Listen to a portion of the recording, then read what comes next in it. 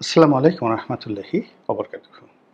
সম্মানিত দর্শক, সম্প্রতি আমার দেশ পত্রিকায় তাদের যে অনলাইন ভার্সন এবং সম্ভবত আ আমি ওদের প্রিন্ট ভার্সনগুলো পড়ি না। অনলাইনে যেটা আসে, ফেসবুকে যেটা দেখতে পাই, সেখানে দেখলাম যে শেখ হাসিনার অনেকগুলো অডিও অ ফুটেজ, তার যে বক্তব্য, সেগুলো তারা প্রকাশ করেছে।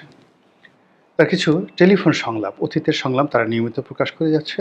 আর সাম্প্রতিক সময়ে তিনি যে ঘন, ঘন বৈঠক করছেন নেতাকর্মীদেরকে এবং নেতাকর্মীদেরকে যেভাবে ইনস্ট্রাকশন দিচ্ছেন এবং যেভাবে তাদেরকে প্রতিশোধ নেওয়ার জন্য, প্রতিপক্ষকে আক্রমণ করার জন্য নির্দেশনা দিচ্ছেন, তা রীতিমতো আতঙ্কজনক। আওয়ামী লীগের মতো একটা বড় দল, তারা এখনো বাংলাদেশে আছে। শক্তি নিয়ে, অর্থ নিয়ে আপনি কয়জনকে গ্রেপ্তার করবেন? কয়জনকে জেল ফাঁস দেবেন? কয়জনকে মারবেন? এদের একটা যে বিরাট শক্তি, আপনি চিন্তা করুন যে ১৮ কোটি মানুষের মধ্যে যদি 35% লোক 35% লোক আওয়ামী লীগ করে, তাহলে তো প্রায় ৬.৫ কোটি মানুষ। তো ৬.৫ কোটি মানুষের যে একটা জনারণ্য, এটি পৃথিবীর অনেক বড়, বড় দেশের চাইতেও বড়। এই জনারণ্যের কয়জনকে আপনি গ্রেপ্তার করবেন? ১ লাখ? ১ লাখ লোক তো ধারণ করতে পারবে না জেলখানাতে। ৬ কোটি বা ৬.৫ কোটি মানুষের মধ্যে আপনি কয়জনকে দেশের বাইরে পাঠাবেন? ১০,০০০? ১০,০০০-এর বেশি লোক পালায়নি।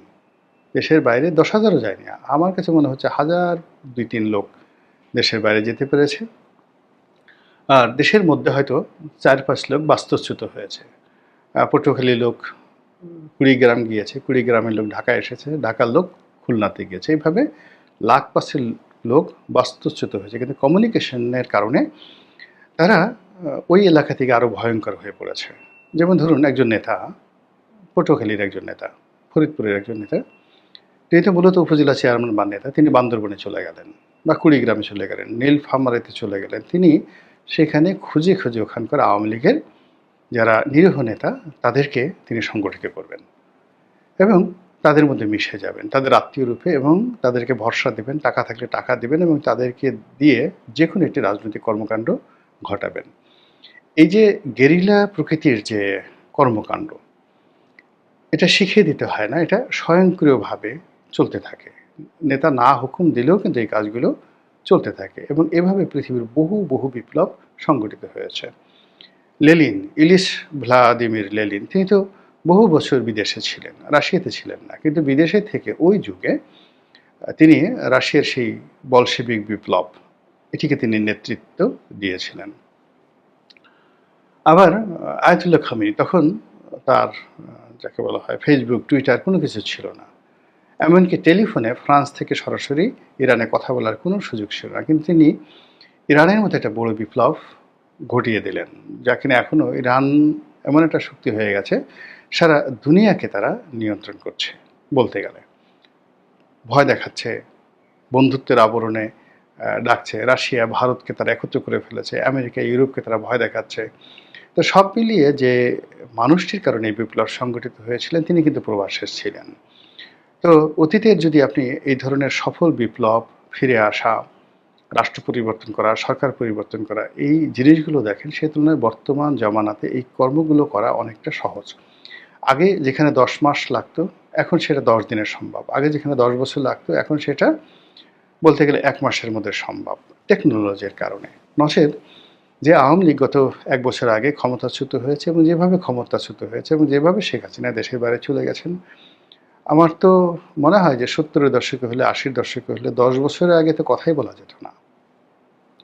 নামই উচ্চারণ করা যেত না। আপনি ৭৫-এর ১৫ই আগস্টের পরে ৩-৪ বছরের মধ্যে তো আওয়ামী লীগের সরেয়া উচ্চারণ করাই যায়নি। আওয়ামী লীগের লোকজনকে গ্রামে যে কী দুরবস্থার মধ্যে তাদের কাটাতে হয়েছে ৭৫, ৭৬, ৭৭ সনে। আমি একটা আওয়ামী প্রধান এলাকার বাসিন্দা, আমার স্পষ্ট মনে আছে, স্পষ্ট মনে আছে। যেটা বলার মতো না। অনেকে জানাজা পড়াতে চাইতো না। যে আওয়ামী লীগের লোকজন তারা হিন্দু হয়ে গেছে, এদেরকে জানাজা পড়ানো যাবে না। আর এখন কি হচ্ছে?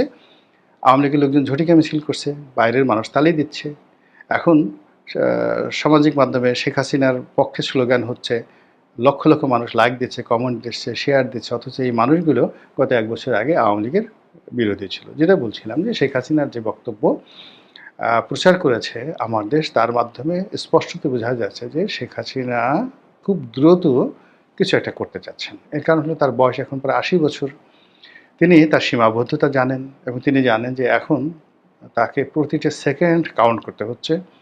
দিন যত যাবে তার শরীর ভেঙে পড়বে, সবকিছু তার নিয়ন্ত্রণের বাইরে চলে যাবে। ফলে তিনি সাকল্যে যদি ১ বছর ১.৫ বছরের মধ্যে তিনি ফিরে আসতে না পারেন, তিনি রাজনীতিতে আওয়ামী লীগের একটি অবস্থান তৈরি করতে না পারেন, তিনি যদি তার উত্তরাধিকার মনোনীত করতে না পারেন, জয়, পুতুল, ববি, তার যারা আপনজন রয়েছে, শেখ পরিবার রয়েছে, তাদেরকে রাজনীতিতে পুনর্বাসিত করতে না পারেন, তাহলে আগামীতে আওয়ামী লীগের রাজনীতি থেকে পুরো শেখ পরিবার মাইনাস হয়ে যাবে।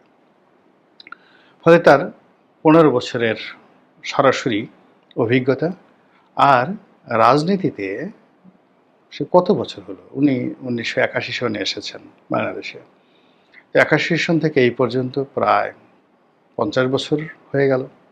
সেই ৫০ বছরের তার যে সুদীর্ঘ অভিজ্ঞতা, ৫০ না ৪৫, অত হবে না, ৪৫ বা ৪৬ বছরের তার যে অভিজ্ঞতা, সুদীর্ঘ অভিজ্ঞতা, সেই অভিজ্ঞতা এখন তিনি এটিকে অভিঘাতে পরিণত করতে চাচ্ছেন।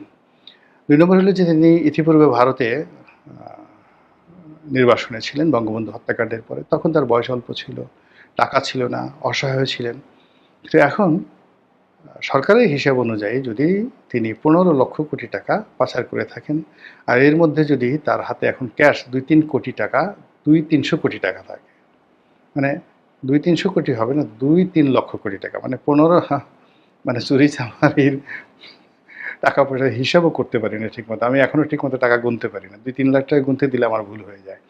তো যাই হোক, এনিওয়ে, তো দেবপ্রিয় ভট্টাচার্যরা বলছেন যে $২৩৮ বিলিয়ন দেশ থেকে পাচার করা হয়েছে। বাংলায় অনেকে বলার চেষ্টা